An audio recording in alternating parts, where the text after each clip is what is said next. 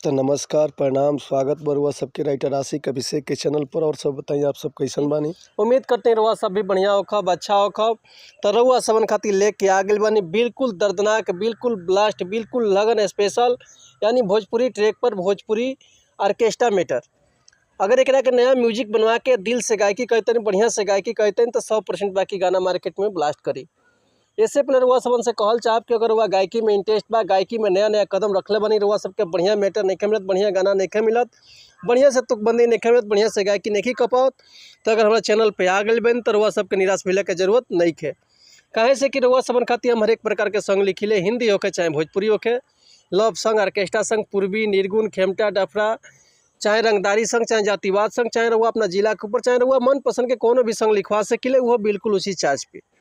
तो चलिए देर ना करते हुए आज के मैटर देखल जाए कैसे बा, कौन धुन है, कौन लय है, रुआ सुन के गा के बताओ तनी। आज से बहुत पुराना गाना आई रहेगो कि हचकावे बालमा हमके रिक्शा बिठा के, यही ट्रैक पर रुआ सुन खातिर लेके आ गए भोजपुरी ऑर्केस्ट्रा संग। बिल्कुल ब्लास्ट, बिल्कुल खतरनाक, बिल्कुल दर्दनाक मैटर बा।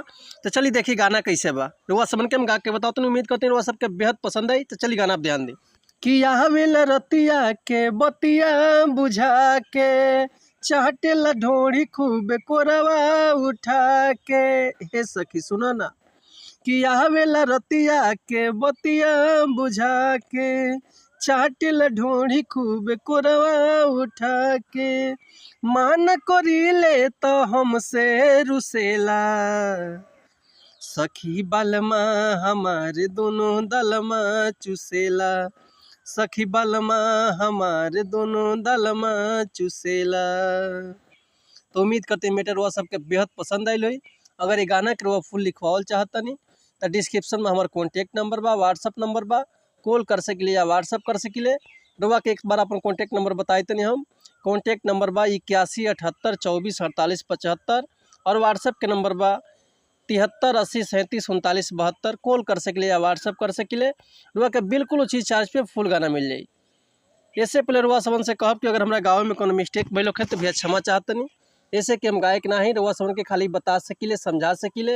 ये रुआ ऊपर डिपेंड करता हुआ जितना बढ़िया सजा के गायब, जितना बढ़िया से म्यूजिक बनवाए और जितना बढ़िया से दिल से गायकी करब, उतना बढ़िया से गाना राउंड मार्केट में बाजी। तो चलिए मिलते हैं नेक्स्ट वीडियो में कुछ नया गाना, कुछ नया धुन, कुछ नया कंपोजिशन लेके। तब तक ले रुआ सबसे अनुमति चाहतनी। नमस्कार, प्रणाम, जय हिंद, जय भारत, जय भोजपुरी समाज, जय माता दी।